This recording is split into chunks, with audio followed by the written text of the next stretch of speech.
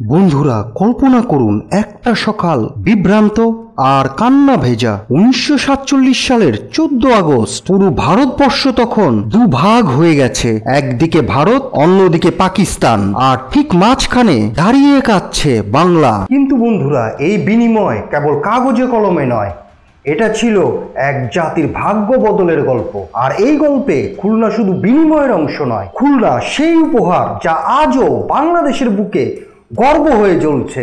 এমন এক সময় যখন মানুষ জানে না তার বাড়ি আজ কোন দেশের অংশ, তখনই ঘটে যায় ইতিহাসের সবচেয়ে বড় রহস্যময় ঘটনা। খুলনার বিনিময়ে ভারতের হাতে চলে যায় বাংলার গৌরব মুর্শিদাবাদ। দেশভাগের সময় ব্রিটিশরা দায়িত্ব দিল এক ইংরেজ ব্যারিস্টারকে, স্যার সাইরিল রেডক্লিফ। তাকে বলা হলো তুমি ঠিক করো কোন জেলা যাবে কোথায়। স্যার রেডক্লিফ তখন মানচিত্রে কলম চালিয়ে লিখে দিলেন লাখো মানুষের জীবনের ভাগ্য।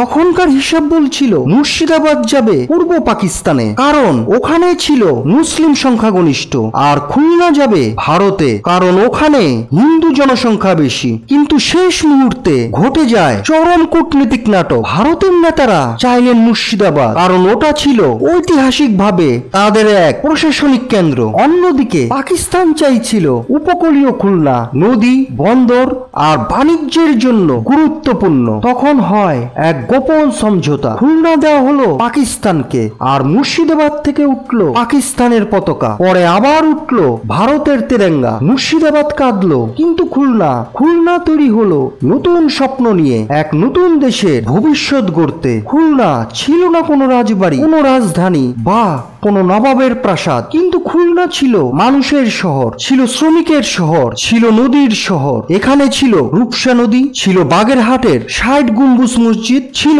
সুন্দরবনের বাঘ, আর ছিল এক বাঙালির আত্মনির্ভরতা। 1947-এর পরে খুলনার মানুষ মাথা নিচু করেনি। তারা তৈরি করলো পাটকল, মাছের ঘের, তৈরি করলো বেসিক শিল্পাঞ্চল। পাকিস্তানের সময়ও খুলনা হয়ে উঠল অর্থনীতির কেন্দ্র। 1971 সালে সবচেয়ে প্রথম যে জায়গা থেকে পাকিস্তানের বিরুদ্ধে অস্ত্র ধরে মানুষ, তা খুলনা। খুলনার মাটিতেই জন্ম নেয় সাহসিকতার প্রথম প্রতিরোধ। খুলনা শুধু অঞ্চল নয়, একটি অনুপ্রেরণা। আজকের বাংলাদেশ যদি একটি বই হয়, তাহলে খুলনা সেই বইয়ের সাহসিকতার অধ্যায়। যেখানে দরিদ্র ছিল কিন্তু হাল ছেড়ে দেওয়া ছিল না, যেখানে শ্রম ছিল কিন্তু গ্লানি ছিল না, যেখানে প্রেম ছিল কিন্তু প্রতিহিংসা ছিল না। খুলনার মা তার সন্তান পাঠায় ঢাকায়, চট্টগ্রামে। তারা চাকরি করে, ব্যবসা করে, বিদেশি রেমিটেন্স পাঠায়। তারা মাথা নিচু করে না, তারা বলে আমরা খুলনার ছেলে মেয়ে। বন্ধুরা এই গল্প কেন বললাম জানো?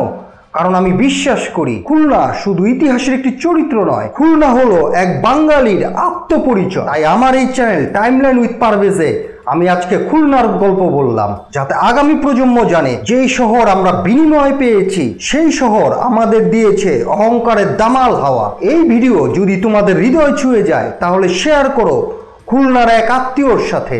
আর খুলনা থেকে দেখে থাকলে কমেন্টে লেখো আমরা গর্বিত, কারণ আমরা খুলনার সন্তান।